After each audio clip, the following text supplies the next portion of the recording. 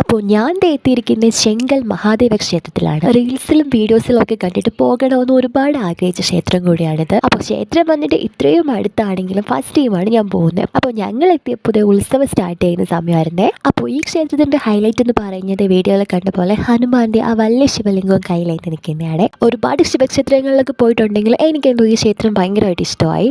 ക്ഷേത്രത്തിൻ്റെ ഉള്ളിലൊക്കെ വല്ലാത്തൊരു പ്രത്യേകതയായിരുന്നു. ക്ഷേത്രത്തിന്റെ ഫ്രണ്ടിലായിട്ട് നന്ദിയുടെ ഒരു വലിയ പ്രതിഷ്ഠ ഉണ്ടായിരുന്നു. പോവാണ്ടിരുന്നെങ്കിൽ ശരിക്കും എനിക്ക് ഭയങ്കര നഷ്ടമായേനെ. എനിക്കെന്തോ അവിടെ നിന്ന് വരാൻ തോന്നിയില്ല.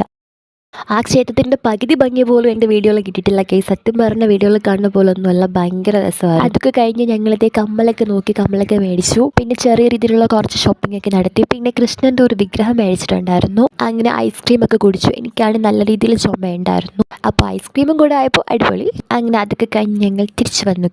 ഐസ്ക്രീമൊക്കെ കുടിച്ച് രാത്രി ആയപ്പോൾ നല്ല രീതിയിൽ ചുമ കൂടിയിട്ടുണ്ടായിരുന്നു. അപ്പോൾ അത്രേ ഉള്ളൂ. ബൈ.